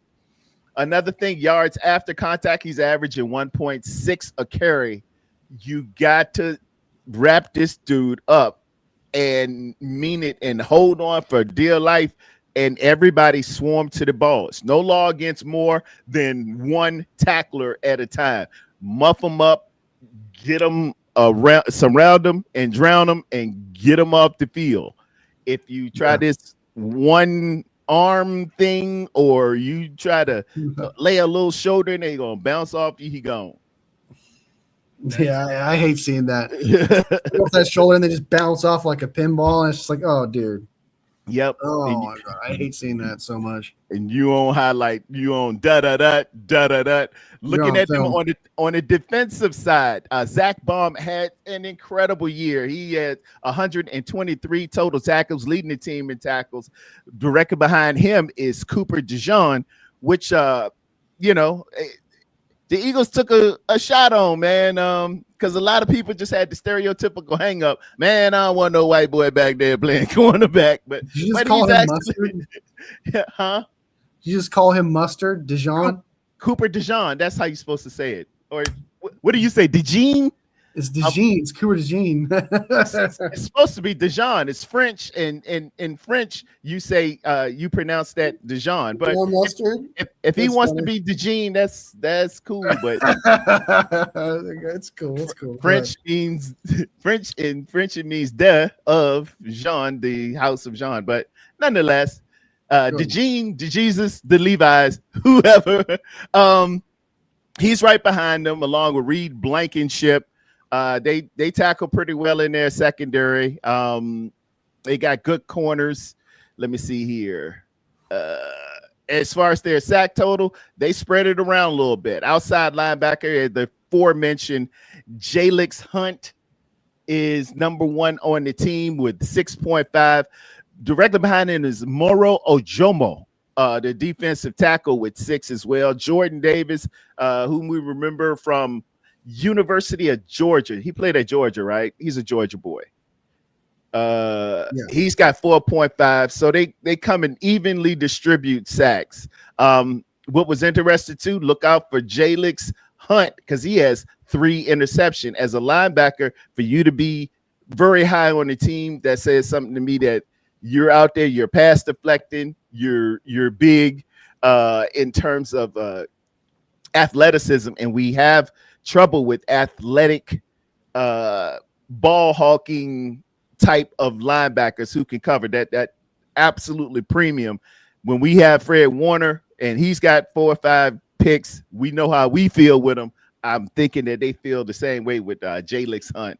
Also, he's got 9 tackles for losses along with Jordan Davis. That also registers really big for me. That means you are going and getting into the backfield and you making tackles for losses. That's the big key. That messes up a drive when you get a big tackle for loss, be it a sack or a big play where you penetrate and can force them into a 3rd and long. This will make your life a lot easier, except for you San Francisco 49ers, because they converted a 3rd and 17. But you can make it a 3rd and long.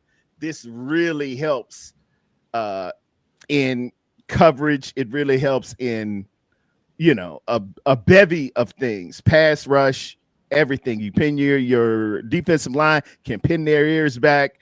Your safeties can kind of look and be ready and be on alert for, in breakers, cutters, or at the line of scrimmage, at the line of game. That's why it's so important to get those tackles for losses. And, that's my summation. I got this cornerback Quinion Mitchell with 17 passes deflected. They must be going at him like nobody's business. Somehow they look over there and see Quinion Mitchell. Everybody's going over there, but he's holding his own at 17. I ain't never seen somebody with 17 passes deflected. I gotta just watch him play. That is a lot. That's a lot for a year. That's that's a breakup every game. Yeah, at least one break. That's pretty good. They got my man. They stole my man too. I'm still mad about them getting Andrew Makuba. He played safety for him, man, out of University of Texas. That was my draft crush. He's doing pretty decent over there as a rookie. He is starting, but he's got to get some more experience and stuff to really step through that door. But he's a very, very solid piece. That is the last pick in the second round. They're not. Yeah. They got me. Tarrerdome. That one fan. What are your wild card weekend predictions? Prediction. Let me see. Prediction. Did I have it? There we go. Here's my wild card weekend predictions. That's me with a cigar. First of all, we're going to handle our business tonight, the University of Miami. And then, as you see right now, these are my wild card predictions for this week playoff 25-26.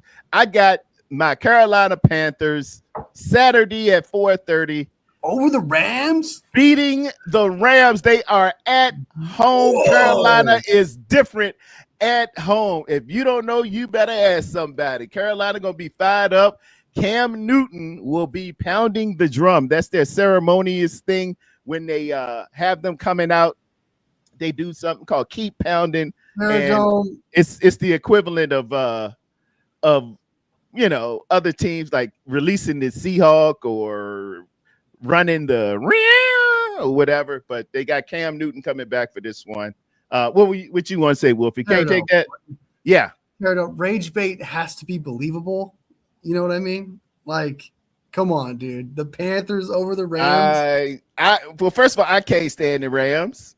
Secondly, check your record. Carolina beat the Rams at home this year. Carolina at home beat Buffalo this year. Carolina at home beat the Cowboys this year. Carolina is really good at home.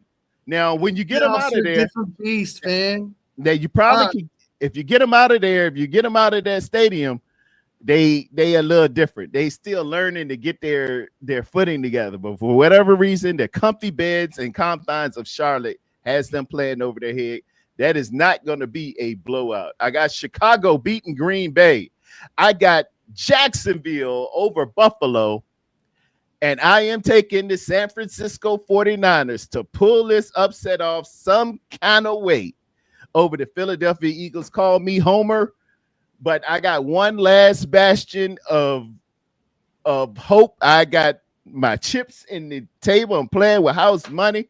I got the San Francisco 49ers beating Philly by a slim margin of 24-23. I think Philly will get a little bit, they'll feel that pressure. If we can just stay close for 2 or 3 quarters, I think they're going to be a little bit rusty. The starters haven't played, or not all starters, but a lot of them haven't played in 2 weeks. I think they're going to have to get spun up a little bit. And if we can sneak a couple of here or there, some early scores, and let that pressure sink in there, hey, this could be the upset. Defense, you just got to tackle. And I got New England over the Chargers. I've been predicting New England to get to the Super Bowl, man. Vrabel got them boys playing. They got them boys playing. And Houston just is going to come with a little bit too much defense for those Pittsburgh. Over your Steelers, huh? Yeah, Houston's defense is just playing lights out, man. I thought you had Aaron Rodgers and the Steelers winning wild card, going divisional. I want them to pull it because I love Mike Tomlin, and they've been saying some bad stuff about Mike Tomlin. But hey, another winning record, another playoff appearance. All you haters, go ahead and suck it. Mike Tomlin is still there, and with yet another winning season, he is tied with the great Bill Belichick as the most consecutive winning season head coaches in National Football League history. There's only one more, Tom Landry, and we'll keep moving on that. But hey, man, you gotta love Mike T. But unfortunately, this one for him, he's gonna run up on our great former 49er D'Amico. D'Amico is gonna have something dialed up, man. They ain't gonna be playing around. That defense, man. Yeah, I'll show you playing with mine. They get it done, and once you start tapping on Aaron Rodgers, man, get a little different. get a little different. So my picks are a little bit different, just a tad. I got the Rams over the Panthers. My reasonings, I get what you're saying. They beat them earlier, stuff like that. Play at home. Those are good points. My reasonings are this team has been here before. Matthew Stafford, Sean McVay, that defense. It's just they're well more prepared, I feel like, for this moment than the Panthers are. I don't trust Bryce Young too much. I would love for the Panthers to win. Like, don't get me wrong. Like, I mean, I don't want to see the Rams, succeed. Yeah, I'm not trying to, like, that'd be another. I'm not trying. Like, hey, Get let's them go Rams Rams. out of here. Yeah. But I just think the Rams are just better. Like, honestly, I'm just going to take the Rams to win this game. I have Chicago as well. Beating the Packers. Packers are way too broken down. And the Bears, I've been riding the Bears all year pretty much, except for the first 2 weeks where they were god awful. So I got Dub Bears being the Green Bay Packers. And then that's why I want to come out and see and win it, actually, believe it or not. But Jacksonville, I got Jacksonville over Buffalo as well. I think people want to say that this year is the best year for Josh Allen to win a Super Bowl. I kind of disagree with that. I understand because, the Chiefs are out, and that's the narrative.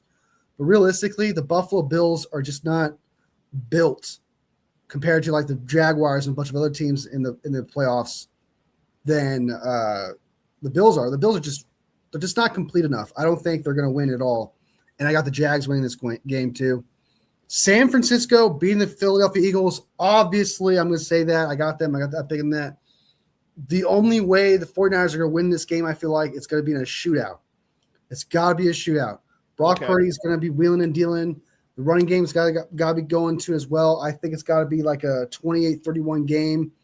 Same thing with so the Eagles offense playing against that's not playing very good, plays against a defense that is like riddled with injuries. That's not so good. So they have an opportunity to score a lot of points.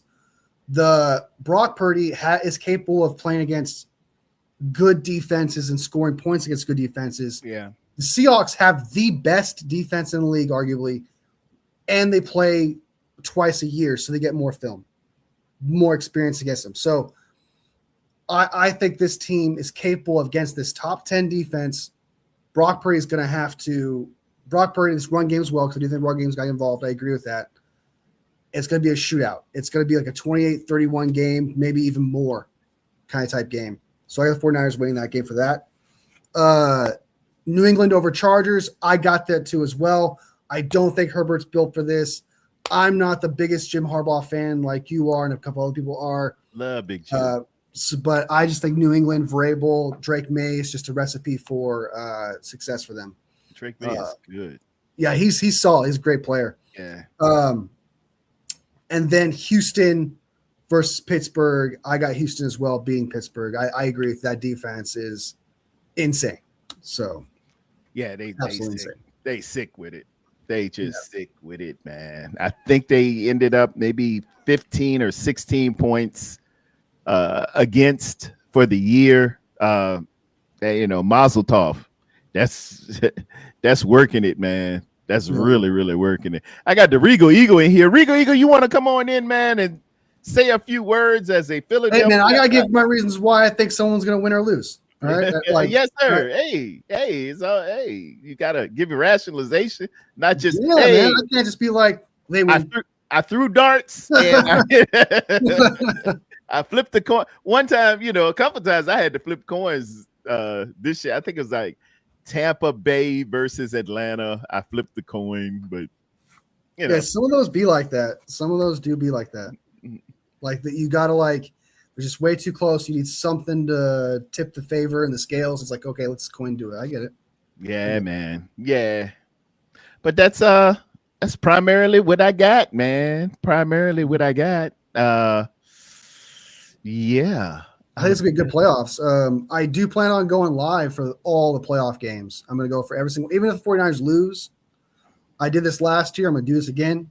Okay. Entire marathon of watching every single playoff game up to the Super Bowl. If it's two teams I don't care about, like last year, I'm not gonna watch it. But if it's a team I'm rooting for and I kind of want to win, I'll watch the Super Bowl. But the entire playoffs, I'll be watching. What's your go-to snack watching football? What do you like to snack on? Oh man, if I had that option to go-to snack, it would have to be 110% be nachos. I'm a nachos guy. I love nachos. I knew you like nachos. They're a stable, man. They got everything, bro. They got the chicken, you got the vegetables, so it's somewhat healthy too, as well, with all that cheese and grease. So yeah, it's got it all. I like nachos. Yeah. yeah, Yourself. nachos are dope, man. Yeah. For the 49er games, I always do a pizza, pepperoni That's pizza. right. It's red and gold, but just a snack. Nachos is up there. I do the little queso sauce with the tortillas, and I can just jump on that, man, and some cold toddies. This stuff to have. Yeah. You got to smash that like button, everybody. Yeah, smash that like button. I just starved myself. FBI's most wanted. Oh, Way too into the game. I just starved myself when I watch football. Way too into the game to eat. I got you. Yeah. No, I get that. I don't like eating while I'm live. Like, I'm not trying to make a mukbang video, but sometimes, man, you got to eat something. Especially during this marathon, I'm probably gonna be eating some food. Yeah. So I don't mean to create a mukbang video. No, people don't want to just sit there and watch me eat, but there's gonna be moments, man. Because I tried last year. I prepped dinner. Like I prepped dinner, lunch, all that in between the games. I had 5 minutes to eat this and 5 minutes between that. I had to find all the moments. I'm not doing this here. I'm sorry, guys. I'm gonna eat some food. Yeah, you can. I'm eating some food while I'm live. You get indigestion trying to gobble it all down. And now back to action, ladies and gentlemen. Looks like a cloudy day here. I have like some shit on my face because I'm just moving so fast. Just some cheese right here. Yeah, So, that's dope. Yeah. I got from my Brock haters out there, I know a lot of you are. Y'all can give them this stat here as I read. Let me see here. For the year, Brock Purdy, PFF grades, he's at a 90.0, which is fourth in the National Football League, only behind future Hall of Famer Matthew Stafford, everybody's All-American Joe Burrow, and Drake May, who had a 90.1. That is Brock Purdy, ladies and gentlemen. Brock Purdy, your San Francisco 49ers quarterback. Regardless of everybody's hating and, I would love to have somebody else. I don't want Brock. Oh, no, you're going to make me, So give that up for Brock. Y'all paint it and put it out and show everyone after the regular season, this is where they stand. 3 of those 4 are in the playoffs. Everybody who loves Joe Burrow, he's sitting at home with watching nachos, watching us. Yeah. Just I'm gonna tell you something that kind of that I thought of you in this situation too, and I thought of other people too as well. Grant Cohn, I was watching on TikTok. Sometimes he pops up on my feed. He says, "Why is Brock Purdy the most coddled quarterback in the NFL?" I swear. I was like, "What are you talking about? Brock Purdy is coddled. He's the most protected quarterback in terms of media. Are you serious right now?" Yeah. I was about to lose my mind. I was like, he gets shit all the time. What are you talking about? So I nearly damn right almost lost my mind, and I was like, don't let Tarrerdome hear that, or some people hear that, because I think he gets shit all the time. So I've given him over to a reprobate mind and cognitive dissonance. I can show you everything before you. I can put film here, statistics, whatever it is, but you just are who you are, and that's okay. You let that demon reside in you, and you go ahead and let him eat you alive. But around here, we know what we got. And real football people who I love, Josh Putnam, Johnny Dales, the real guys who watch film and break this stuff down, JT O'Sullivan, Kurt Warner, whomever, the real guys tell you what it is. But Grant, you just don't believe, and you're not gonna believe, and I ain't got time to explore with you because you Well, it was like, you just stupid. You're just. what do you mean by coddled when it was just like You 3 can't be months stupid. ago? People were like, "Oh, Mac Jones over Purdy." Like, what are Yeah. you talking about? Their own fan base was saying that. What You do you can't- mean the most coddled? It's all over the place. You The can't be stupid. constant doubting and shit talking. It's all over the place. That's why I was shocked when I heard that. I was like, yeah, Brock Purdy's starting to respect. Some people are defending him, but Yeah. this just started, and it's just like You he's can't been be doing stupid. shit forever, and people are like begging for Mac Jones to take over his job when he just got paid. It's just saying anything for the sake of saying shit blows my mind. It's like Mike Dicker used to say, "Hey, buddy, this is your IQ there, buddy." Ugh.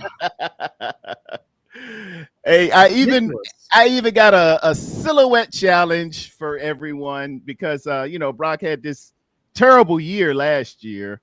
I want to show everybody a little something. Let's go slide number 1 here. It's hard to see these stats and everything, so I'll read them to you. The first quarterback went for 65% for the year, 3,864 yards, 20 interceptions, 12 INTs, and had a success rate or passer rating of 96.1 in 15 games. The second quarterback went for 62.7%, 3,587 yards, 22 touchdowns, and 11 interceptions, 89.6 QBR. Does anybody know who these two are? Both had lackluster years, and hey, things didn't work out right. Yeah, I'll say that. Ladies and gentlemen, we ready to run one out of town and not pay him. Check that out. Yeah, same off year, same 3,500 and 62%. They played the same amount of games because of they were hurt. Now this is Brock last year in the don't pay him year. Your boy did the same thing. That's how Patrick Mahomes there. Just letting them sink in. Is Kansas City talking about not paying Patrick Mahomes this year? I'm just saying. That's all I'm saying. That's all I'm saying. When y'all clip that one up and show Mr. Cone and some of his minions. The devil had minions too, there, brother. It's all good. For sure. Well, we're at 2 hours and 3 minutes. Wolfie, it's been a stone cold gas, my dude. I got to go ahead and get ready. Doubt. I got to run and get my sticker for my car. When you get the inspection, I got an inspection already. I got to go and get the sticker at the kiosk. I hate going to DMV.